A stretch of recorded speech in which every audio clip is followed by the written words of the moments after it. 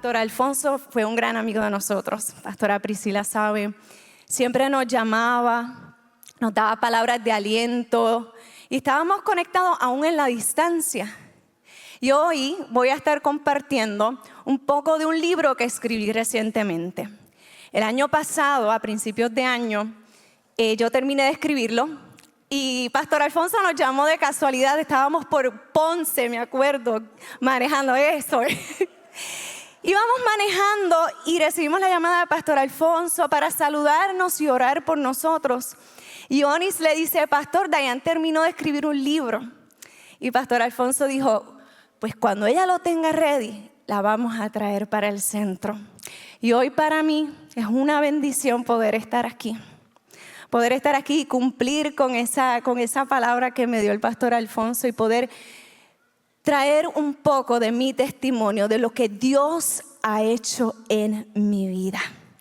Y quisiera, si se lo va a dar, dáselo fuerte. Ahí donde está, si puede cerrar sus ojos un minutito. Señor, te damos gracias por este día tan hermoso. Gracias por tus misericordias que son nuevas cada mañana. Te pido, Señor, que me uses como un instrumento tuyo. Que cualquier, Señor, espíritu de distracción que venga a endurecer corazones de religiosidad falsa se va en el nombre de Jesús, para que tu palabra, que es verdad, que es libertad, cale en lo más profundo de nuestra mente y de nuestros corazones y que haya una transformación. Úsame, en tus manos me encomiendo, en el nombre de Jesús. Amén. Amén. Yo crecí, como dicen, born and raised in church. Yo crecí y me nací y crecí en la iglesia. Mi papá es pastor desde que tengo 7 años. Básicamente yo corrí todos los ministerios de la iglesia. Hacía de todo. Yo hasta cantaba y yo no canto. Ese no es mi don para nada. Pero lo hacía porque estaba la necesidad. Y yo me crié en una iglesia bautista donde las clases dominicales, la enseñanza de la palabra era lo esencial.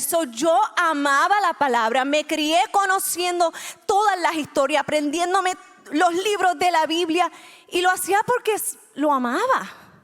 A mí me encantaba, disfrutaba estar en la iglesia, aprender del Señor. Pero también hay una realidad en nuestras vidas. Yo crecí en ese ambiente y entonces por ende como que mi identidad la asocié mucho con lo que yo hacía, con mi desempeño en la iglesia. Pues yo tengo que hacer para que Dios esté agradado de mí. Cuando yo me porto bien, cuando yo hago las cosas bien, pues Dios está agradado de mí. Y sí lo es, porque Dios quiere que nosotros caminemos en santidad, caminemos en pureza. Pero cuando leemos la Biblia nos damos cuenta de hombres y de mujeres que hicieron grandes cosas para el Señor, pero que ¿sabes qué? Que también eran de carne y de hueso. Y vivimos en un mundo donde estamos constantemente en una lucha entre la carne y el espíritu. Y yo crecí muy confiada de que yo, y tú sabes, cuánto, no sé, quizás que muchos se pueden identificar yendo a retiros de niños, de jóvenes, donde de momento alguien desde el altar decía, oh, tú, la nena que está ahí con la camisa rosa, ella, Dios tiene una promesa para tu vida, tú vas a conquistar naciones. Y entonces tú te emocionas y tú dices, wow, Dios va a hacer grandes cosas con mi vida. Pero pensamos que eso va a ser, wow, de la noche a la mañana. Y que la vida va a ser perfecta, que no vamos a pasar por problemas, por tribulaciones, por tentaciones. Pero la realidad es que en esta vida vamos a enfrentar situaciones y momentos que van a estremecer lo más profundo de nuestro ser. Ya sean tentaciones o sean tragedias que sucedan en nuestra vida y que nos pongan a cuestionar nuestra fe, donde buscamos distracciones He tenido la oportunidad de ir a cárceles, de ir a centros de rehabilitaciones, a compartir la palabra de Dios. Y mi corazón siempre se pone tan fuerte palpitando al yo escuchar estas historias. Porque yo diría que el 90% de las personas que están en un lugar como ese se criaron en una iglesia. Servían de niños. Tenían una abuelita, una mamá que los llevaba a la iglesia. Pero por situaciones de la vida, por tragedias, hoy están en un lugar como ese, sintiéndose indignos, culpables y pensando que Dios no le puede dar otra oportunidad. Y mi libro que escribí, que por ahí mi esposito lo va a traer ya mismo, se llama Obra maestra de su gracia, encontrando esperanza después del fracaso. Porque en este mes hemos estado aquí hablando, y los pastores, Pastor Milton, Onis, pastora, de la identidad. De la identidad. Y cuando nosotros enfrentamos en la vida situaciones que nos llenan de culpa, que nos llenan de vergüenza, lo primero que el enemigo trata de robarnos es nuestra identidad. Lo primero. Comienza a poner en nuestra mente, en nuestros corazones dudas. ¿Será que Dios puede perdonarte? ¿Será que Dios puede volver a usarte? Y lo digo por experiencia, porque no voy a dar tanto detalle. El Viernes Santo, los que estuvieron aquí, quizás escucharon mi testimonio, donde mi esposo y yo pasamos un proceso de separación, donde yo le fui infiel, y luego a los años, cuando empezó ese proceso de renovar y de restaurar nuestro matrimonio, el enemigo comenzó a traer mucha culpa, mucha vergüenza a mi vida. Y yo sabía que yo decía, pero si yo estoy sana, yo estoy limpia, pero él utiliza la culpa y la vergüenza para robarnos nuestra identidad. Y hoy quiero compartir con ustedes una historia que en mi proceso de sanidad, en mi proceso, me ayudó muchísimo, y fue la historia de Jonás. Es una historia, la historia de Jonás, que muchas veces la visualizamos como una historia de niños solamente por quizás el animal, la fantasía de que estuvo en la barriga de un pez, y pensamos como que, ay, pero es que eso es una historia de niños. Y yo me crié escuchando esa historia. Es más, yo me crié con la canción, la de Jonás no le hizo caso a la palabra de Dios, por eso el mar profundo, la gente lo tiró. Y vino un pez muy grande y ¡pum!, se lo tragó. Porque no le hizo caso. Ah, muy bien. A la palabra de Dios. Y yo me crié escuchando mucho esa historia. Pero cuando yo pasé por mi proceso, Dios me llevó al libro de Jonás un día, donde yo estaba llena de mucha vergüenza. Yo decía, Señor, ¿cómo yo voy a poder otra vez ni siquiera levantar mis manos en una iglesia? Yo decía, yo sería la persona más hipócrita en el mundo. Y eso lo cargaba en mi vida. Yo iba a la iglesia y yo recuerdo que yo sentía en mi corazón levantar las manos, pero la culpa me señalaba. Y hasta esas cosas que quizás tú dices, ay, eso es levantar las manos. Pues mira, para mí fue algo bien difícil. Y yo decía, Señor, ¿será que tú me puedes volver a utilizar? ¿Será que ese llamado, esa palabra que me habían dado cuando yo era joven, será que tú todavía lo puedes cumplir aún con una vida totalmente rota, sucia, llena de vergüenza? Y en ese proceso ahí Dios me llevó a la vida de Jonás, porque Jonás era un profeta. O sea, un profeta es una persona escogida por Dios para hablarle al pueblo.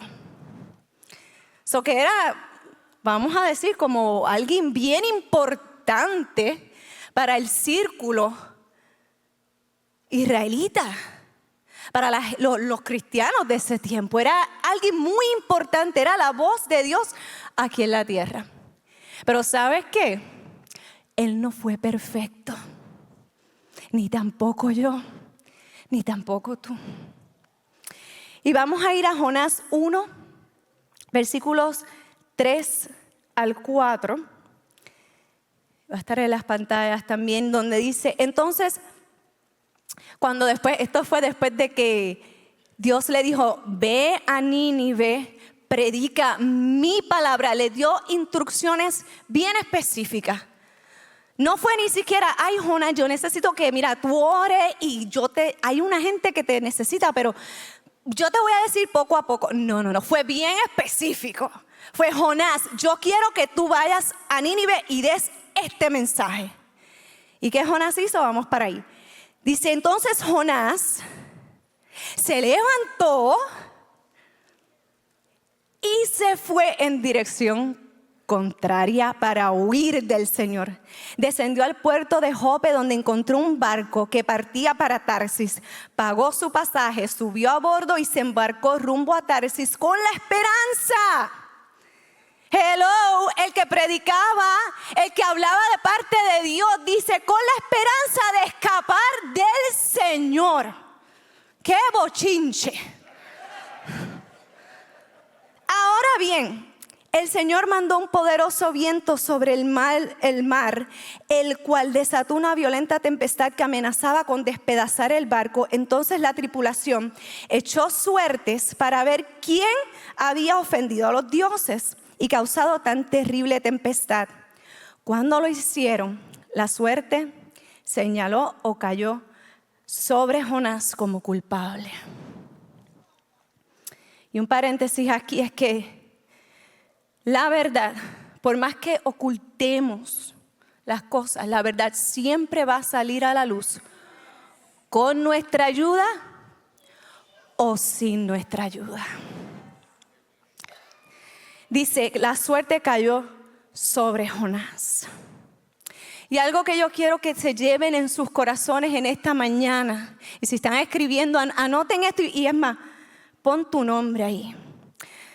Y es que el error de Jonás no cambió el carácter de Dios, pero sí cambió el carácter de Jonás.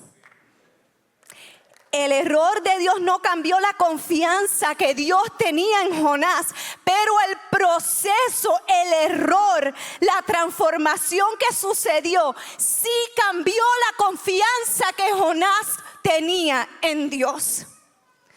Porque nuestro error, y escúchame, nuestro error podrá contar parte de nuestra historia, pero nunca definirá nuestra identidad. Si se lo va a dar, dáselo fuerte.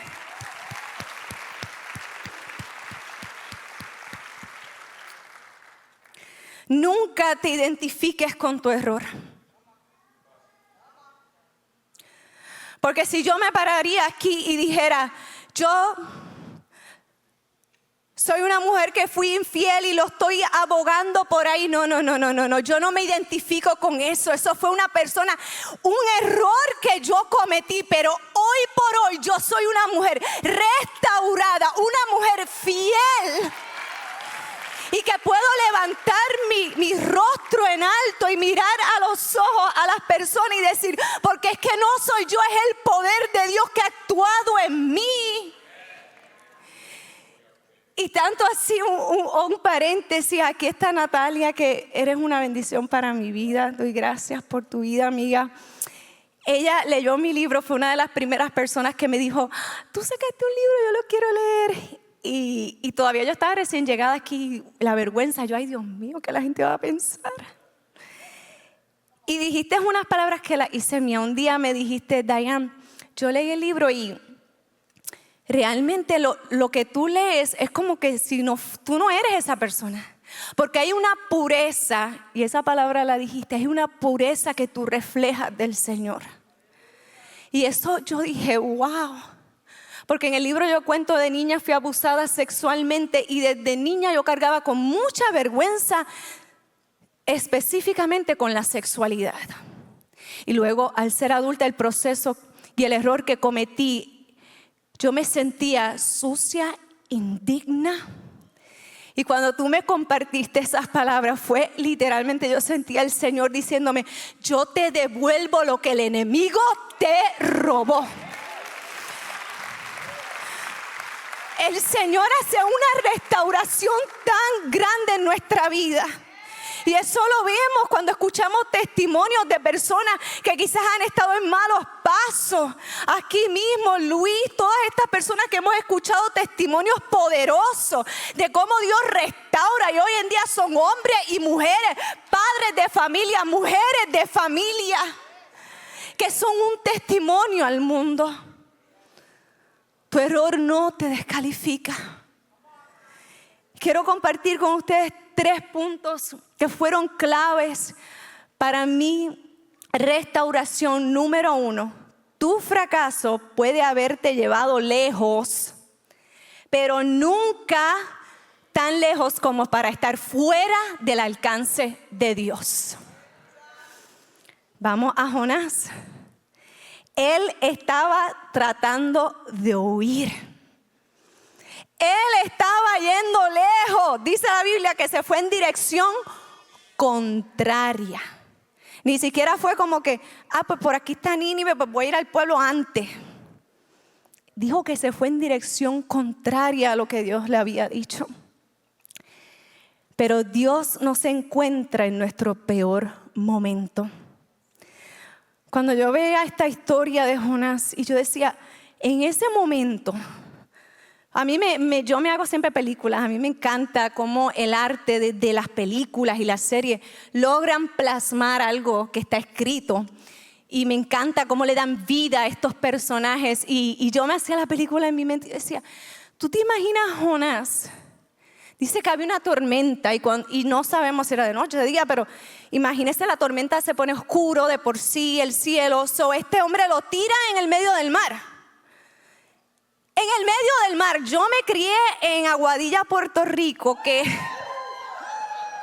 aguadillana, lo amo siempre. Yo me crié en Aguadilla, Puerto Rico y oye, de Marí, ¿verdad? También aguadillana. Ahí en el noroeste, donde había mucha pesca, me crié mucho en la playa. Y recuerdo que cuando era joven, mami no lo sabía, quizás si ve este mensaje, está escuchando esto por primera vez. Cuando yo era joven me iba con mis amistades al crash boat de noche a caminar por el muelle ese allá y nosotros de noche por allá. Dios mío, Padre Santo, ahora si yo llego a saber que mi hija va para allá, yo me muero. Pero en ese momento yo estaba caminando, de madrugada íbamos a veces y el mar estaba bravo en ocasiones y yo lo que pensaba era, Dios mío, si alguien llega a caer ahí, yo no sé cómo tiene esperanzas de vida. Y cuando yo leí esta historia, yo decía, wow, me venía a mi mente el mar bravo, la oleaje. Yo decía, ¿cómo Jonás en el medio del mar? O sea, ¿qué probabilidad de vida, de salvación él podía tener? Que viniera un barco a decir, vamos a parar todo para rescatar a ese hombre. Pero como Dios es tan poderoso, tan misericordioso y hace cosas sobrenaturales para rescatarnos, envió un gran pez. Y por mucho tiempo yo pensaba, ay, ese pez es la destrucción, ese pez, Dios mío. Pero ¿sabes qué? El pez fue la mayor muestra de misericordia que Dios pudo tener en la vida de Jonás. Fue Dios diciendo, espérate, ¿qué es lo primero que hay por ahí? Porque a este hombre yo tengo que rescatarlo. Este hombre todavía tiene un propósito y un llamado, una asignación que tiene que hacer.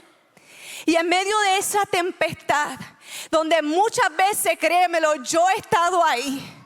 Yo como compartía el Viernes Santo, en una de esas ocasiones donde estuve con personas, yo salí de un encuentro donde había consumido alcohol y me sentía que no era yo, que yo no podía manejar.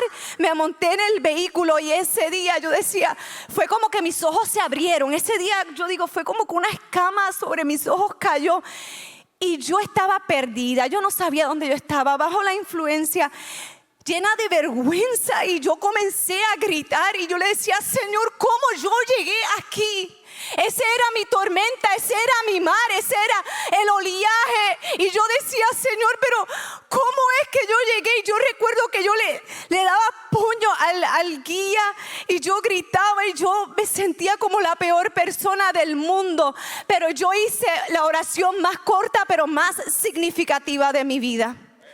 Y yo le dije, Señor, si tú aún me amas, llévame a mi casa. Llévame a mi casa. Y ¿sabes qué? Yo no sé, no puedo explicarlo, pero el Señor me llevó a mi casa.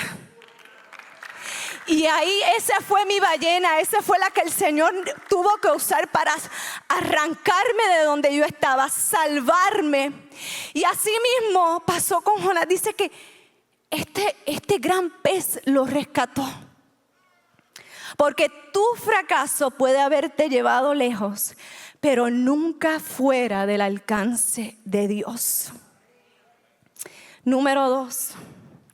Dios no solo quiere sacarte del desastre, quiere transformarte. Y esa palabra, grábala, escríbela, atesórala. Dios quiere transformarte dentro de ese aparente desastre. Dentro del pez dice que Jonás se quebranta en el capítulo 2 y lo puedes leer porque él hace una oración tan hermosa. Igual la mía fue pequeña y quizás no tan linda. Yo le dije, Señor, si aún tú me amas, llévame a mi casa. Igualmente Jonás hizo una oración preciosa, se arrepiente delante del Señor.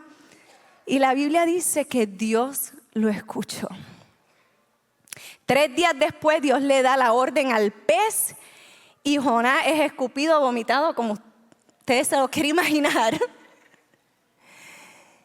Y esta escena me ministró mucho a mí, porque como le digo, yo me hago las películas en mi mente. Y yo decía, porque lo leemos y lo vemos, es un libro tan corto que podemos leerla y pasarla como que una historia de fantasía. Pero ustedes se imaginan una persona, tú vas al área de los mariscos y pescados en el supermercado y el olor es súper desagradable. Imagínense estar dentro de las entrañas de una ballena o de un gran pez. El olor. So que este hombre, cuando es expulsado de este animal, yo me imagino que él se levantaría lleno de suciedad. Y quizás si había gente, porque vuelvo y le digo, yo me hago las películas. Y si había gente alrededor diciendo, pero vete para allá. Tú apestas. Tú estás sucio. Y este hombre tener que levantarse,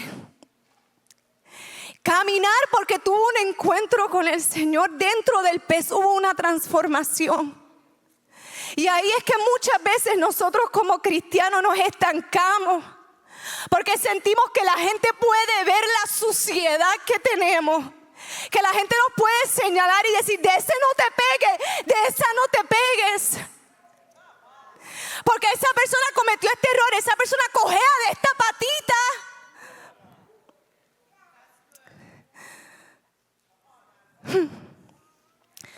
Pero el Señor no lo señaló.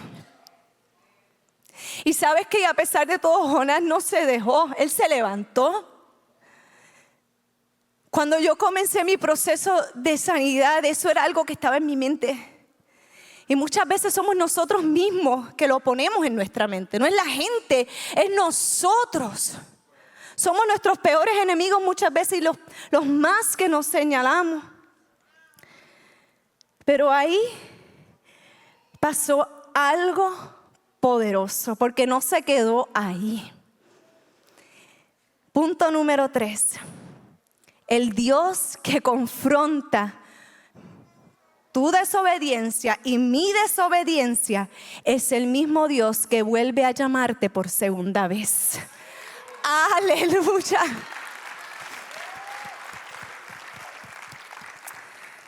En Jonás capítulo 3, versículo 1 al 3. Pasando eso, en ese momento de vergüenza, de suciedad, de sentirse indigno para ni siquiera ir donde estaba la gente, Dios le habla a Jonás y le dice: el Señor habló por primera vez. El Señor habló por segunda vez a Jonás. Levántate y ve a la gran ciudad de Nínive y entrega el mensaje que te he dado. Y este detalle, esta vez Jonás obedeció el mandato del Señor y fue a Nínive. ¡Qué poderoso! Y quiero que prestes atención a esas dos palabras, segunda vez. Dios no cambió la misión que tenía con Jonás. Dios le reafirmó la misión que Jonás tenía. Dios no le dijo: ay, mira, como ya tú me fallaste, sabes que no puedes ir para allá. Dios le dice las exactas mismas palabras y le dice: levántate y ve a Nínive. Porque cuando llegamos a nuestro punto más bajo y más vergonzoso, Dios todavía nos dice: hay otra oportunidad. Y la Biblia está llena de historias así. Si tú piensas que tú eres el único, que Dios no te puede usar porque has fallado demasiado, mira a ver la historia del hijo pródigo, Pedro, Pablo, Moisés, David. Nadie está demasiado lejos para el alcance de Dios, ni yo, ni tú, ni nadie.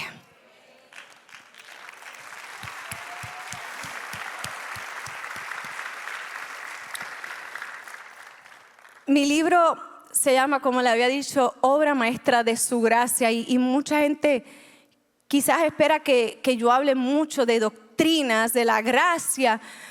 Y aunque, como le dije, yo me crié en un ambiente donde estudiar la palabra era muy importante, sí, hay muchas cosas que han sido de bendición. Pero como Pablo decía, nada de eso me vale. Yo realmente entendí lo que era la gracia y la misericordia de Dios, no por la teoría que yo sabía, sino cuando Dios a mí me rescató, y aquel día donde yo me sentía llena de vergüenza, donde literalmente yo no podía manejar, el Señor me rescató, me llevó a mi casa. Mi esposo me llamó y me dijo: Dayan, ya es tiempo de renovar y restaurar nuestro matrimonio. Donde yo tuve que montarme en un avión, ir a Nueva York. Ahí fue donde yo realmente experimenté la gracia de Dios. Cuando yo iba a la iglesia, yo decía: Señor, yo me siento tan indigna, ¿cómo yo voy a levantar mis manos? Y de momento alguien venía y me daba un abrazo y me decía: Dayan, Dios no ha terminado contigo. La obra que Él comenzó, Él la va a terminar. No tengas miedo. Lo que el enemigo está usando para señalarte, el Señor lo está usando para demostrar el poder de Dios a través de tu vida. Eso es lo que hace la gracia de Dios. Nos hace un testamento, un papel al mundo de que Dios sana, de que Dios restaura y de que Dios puede usar a cualquier persona que se rinde a sus pies. En estos días estaba viendo un predicador, yo creo que era como un líder de las asambleas de Dios, y él trajo un testimonio que yo le decía a mi esposo: wow, mira qué lindo. Él decía que lo enviaron a Puerto Rico, a una iglesia en un campo que ya tenía como 10 miembros. Estaba a punto de cerrar. Y él fue a esa iglesia y él le dio mucha pena porque ya iba a cerrar. Y poquita gente, y él le dice, pero ninguno de ustedes quiere ser el pastor. Y ellos, no, ya esto está, mira, caído. Y le dijeron, quizás trae uno de los pastores de la asamblea. Y le dieron la llave de la iglesia. Y él dice que se fue para su casa a orar. Y él decía, Señor, pero... Y empezó a llamar y nadie quería ir a ese monte donde solamente habían 10 personas. Pero él dice que recibió una llamada de una señora de la iglesia. Y que la señora le dijo, mire, si alguien está dispuesto a coger la iglesia, pues amén. Pero si nadie está dispuesto, mire, yo lo hago, yo pastoreo la iglesia. Y él le dijo, pues mira, vamos a reunirnos. Dice que estaba sentado, la señora llegó con una carterita. Y él le dice a la señora, ¿usted tiene estudio de teología? No. ¿Usted tiene, quizás estudiado en un instituto, aunque sea? No. ¿Estudio de bíblico? No. Y dice que de momento ella sacó de su cartera un papelito que decía que el Señor la había sanado de cáncer. Y ella dijo, si Él me sanó a mí, ese es el mejor testigo y lo mejor que yo puedo hablarle al mundo, que hay un Dios que sana. Y si yo, mire, yo podré quizás decir muchas cosas, pero a mí el Señor me rescató, me perdonó, me trajo aquí a Orlando con mi esposo, con mi hija, para hablar de su palabra. Y yo no soy más que tú eres un hijo y una hija del Rey de Reyes y Señor de Señores. Y la promesa que Él habló a tu vida, la promesa que Él habló a tu familia, es tiempo de que te levantes. Me encanta porque cuando leemos ese pasaje de la Biblia de cuando Jonás, entonces escucha por segunda vez, dice que Jonás se levantó y obedeció al Señor. Lo que realmente, y escucha bien, puede detener la asignación que Dios tiene para tu vida es tu falta de disposición. No es nada más. Es tu falta de entender que tú eres una hija y un hijo de Dios y de decir, me limpio las rodillas, me limpio el corazón, me limpio la mente y me levanto una vez más. Aleluya. La gracia es una invitación a la transformación.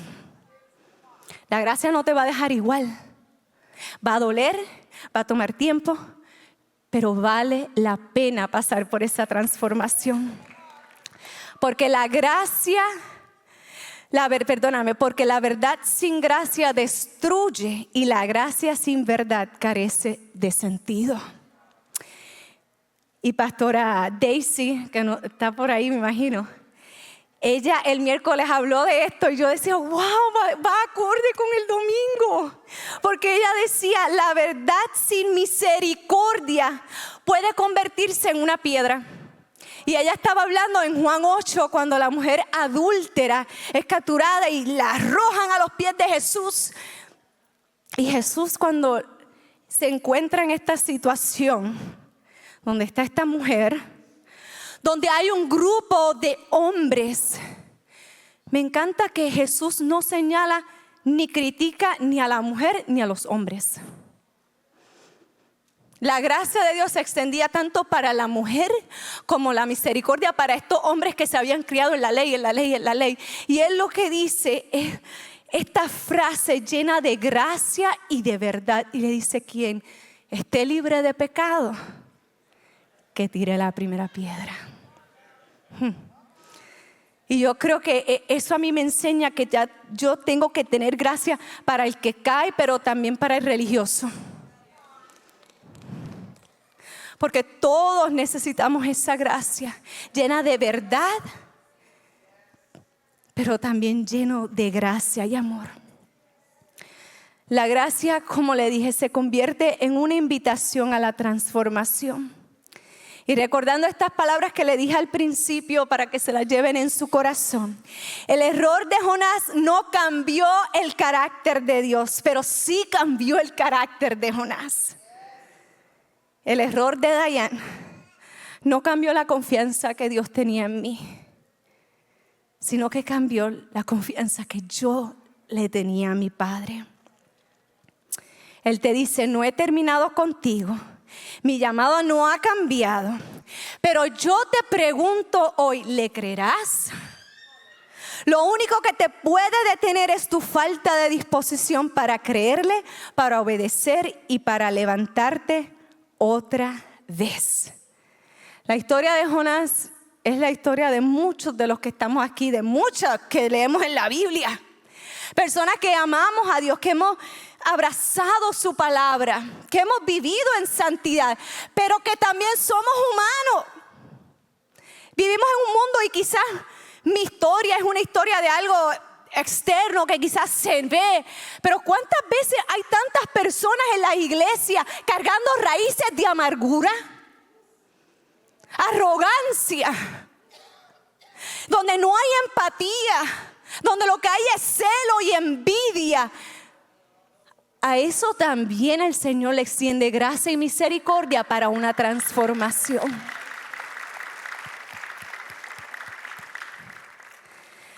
La gracia de Dios no minimiza el pecado, pero sí maximiza la redención. La gracia no niega la caída, pero sí declara que el fracaso no es el final.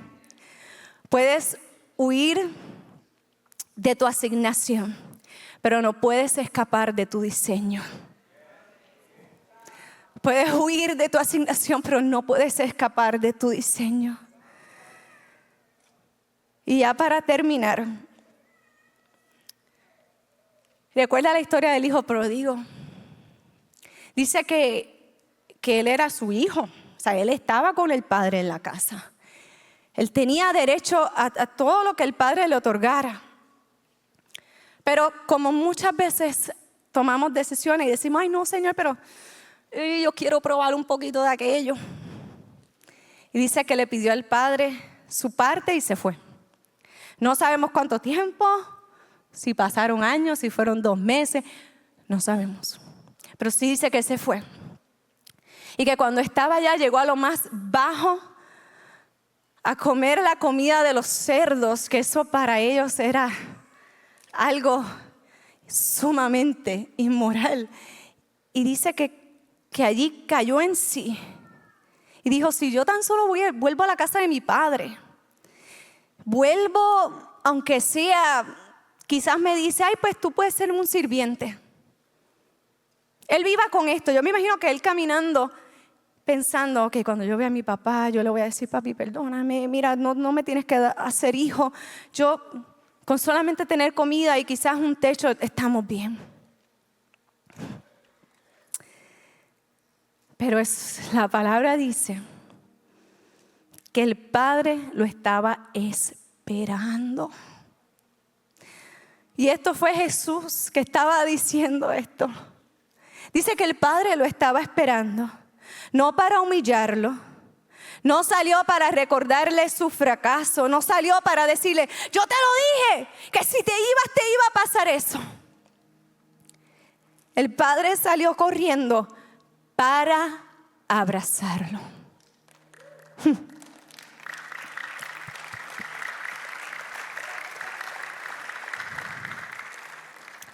Porque aunque el hijo había perdido dirección, nunca dejó de ser hijo.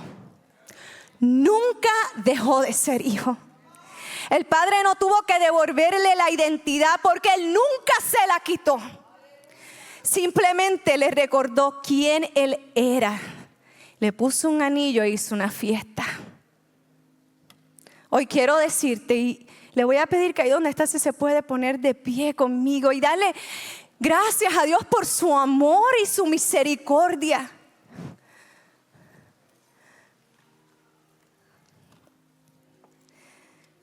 No importa cómo se vea tu error, no importan las decisiones que tomaste, los lugares donde estuviste, ni las batallas que has peleado en silencio.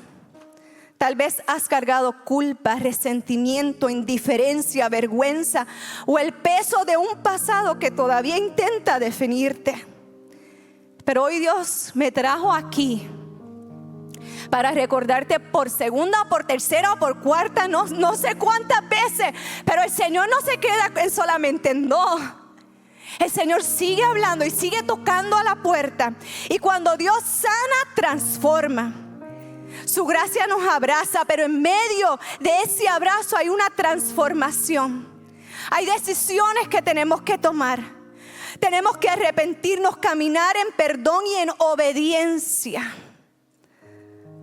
Dios no viene a humillarte por lo que hiciste. Él viene a recordarte quién eres. Porque nuestro buen Padre corrige nuestras malas acciones, pero construye nuestra identidad. Dios corrige nuestras malas acciones. Claro, vamos a enfrentar consecuencias de nuestro pecado. Claro. Pero el Señor nunca te va a quitar la identidad de hijo y de hija de Dios. La posición más importante que el Padre puede darnos es la de hijos. No es lo que tú puedas hacer, como yo decía al principio. Yo me crié pues haciendo. Y cuando tuve que tomar un espacio, porque no podía hacer, yo tenía que sanar. Ahí mi identidad comenzó a flaquear, porque estaba tan acostumbrada a mi identidad, a mi valor en lo que yo hago. Pero cuando le di pausa, nosotros vivíamos en un estudio, pero Nueva York, imagínense, un estudio chiquitito donde toda la sala, la cocina, todo estaba junto. Bueno, este altar es como 3 veces más grande que aquello. Y allí donde yo estaba sola, donde no habían luces, donde no habían altares, donde no había gente, no habían cámaras, no había nada, ahí yo comenzaba a sumergirme en mis lágrimas, en la presencia de mi Padre, a sentirme más amada y más vista que nunca antes. Y quizás la gente me ve ahora y gente me ha dicho: ay, Diana, es que tú eres mucho, tú brincas mucho, tú hablas mucho. Y yo, pero ¿cómo no lo voy a hacer? Si Dios a mí me rescató, me ha devuelto la vida, me ha dado la libertad, me ha regalado lo que yo no merezco. Él me lo ha dado por su gracia y su misericordia. Si hoy me ven aquí con un traje bonita, yo sé lo que es estar sola llorando en un cuarto y sentirse la mujer más indigna del mundo. Pero el Señor a mí me encontró y me devolvió la vida. ¿Cómo yo no voy a darle mi vida a Él? Venga el que venga, me critique el que me critique. Mi evidencia es lo que Dios ha hecho en mi vida. En este momento yo quisiera abrir el altar para cualquier persona que quiera abrazar al Padre. Y le pido a los de la oración que ahí donde están, si ven a alguien, pasen y oren.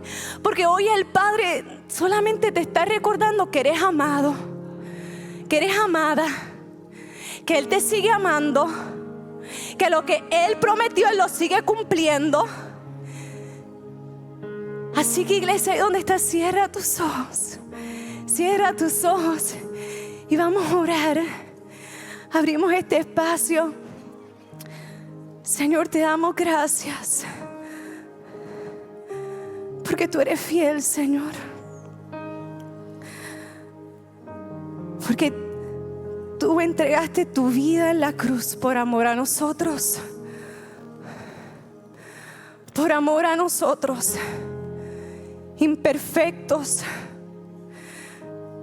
pero un Dios perfecto.